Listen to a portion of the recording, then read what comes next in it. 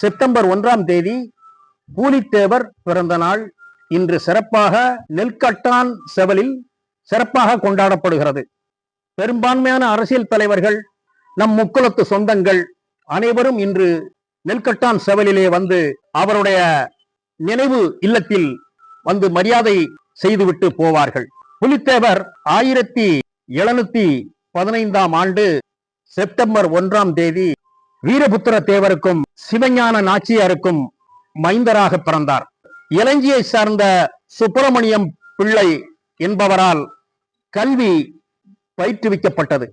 12 வயதாகும் பொழுது புலித்தேவருக்கு யானை ஏற்றம், குதிரை ஏற்றம், மல்யுத்தம், சிலம்பு சண்டை, சுருள்வாள், ஈட்டி எறிதல், வளரி எறிதல் போன்ற போர்க்கலைகளை, தற்காப்பு கலைகளை அரண்மனையிலே வைத்து கற்றுக் கொடுக்கிறார்கள். ஒரு வீரம் பொருந்திய இளைஞனாக 12 வயதாகும் பொழுதே புலித்தேவருக்கு அரியணை சிம்மாசனத்தில் உட்கார வைத்து அழகு பார்க்கிறார்கள்.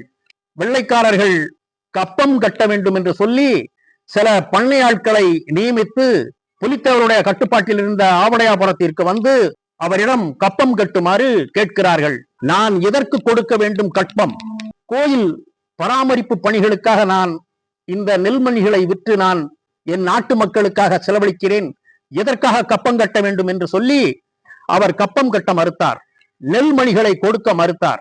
ஒரு நெல்மணிகளை கூட நான் உங்களுக்கு கண்ணில் காட்ட மாட்டேன், நெல்மணிகளை கட்ட மாட்டேன் என்றதனால் நெல் கட்டான் செவல் என்ற பெயர் வந்தது அந்த ஊருக்கு. முதலில் இருந்த பெயர் ஆவடையாபுரம்.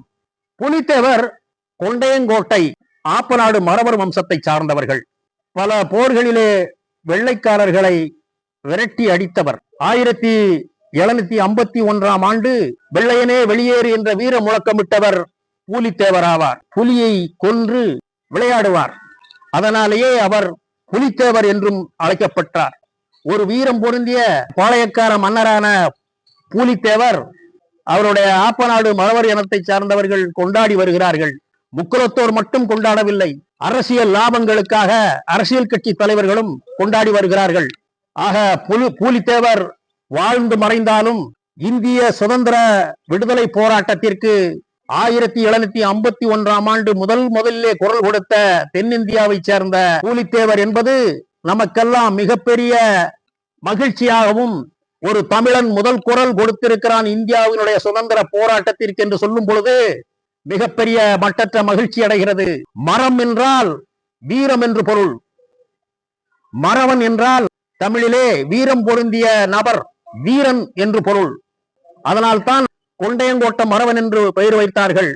கொண்டையங்கோட்டை என்றால் கொண்டை வைத்திருப்பார்கள். அதனால்தான் ஆப்பநாடு கொண்டையங்கோட்டை மறவர் என்ற பெயர் அவர்களுக்கு வந்தது. வீரம் பொருந்திய நபர், வெள்ளைக்காரர்களை விரட்டி அடித்தவர்கள், நியாயமாக போராடியவர்கள், எதற்கு கப்பம் கட்ட வேண்டும் என்று நியாயமாக போராடிய வம்சத்தில் வந்தவர்கள். அநியாயமாக போராடவில்லை, அக்கிரமமாக போராடவில்லை.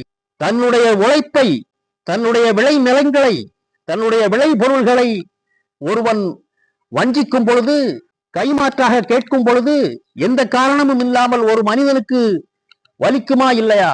அப்படி வந்ததுதான் இந்த புலித்தேவருடைய வீரம். அவரை பற்றி இன்னும் பேசிக்கொண்டே போகலாம். வீரம் பொருந்திய நபர், முறுக்கு மீசையும் நல்ல தோளும் 6 அடி உயரமும் போர்க்குணம் வாய்ந்த நபர் என்பதிலே மாற்று கருத்து இல்லை. அவரை இந்த தருணத்தில் நாம் நினைவு கூர்ந்து பேசுவதென்பது நம் இனத்திற்கே பெருமையாகும். அவரை இந்த தருணத்திலே நாம் நினைவு கூறுவது நம் முக்குலத்து சிங்கங்களுக்கும், நம் முக்குலத்து சொந்தங்களுக்கும் மற்றும் ஏனைய பிரிவினர்களுக்கும் வீர வணக்கம் சொல்வோம்.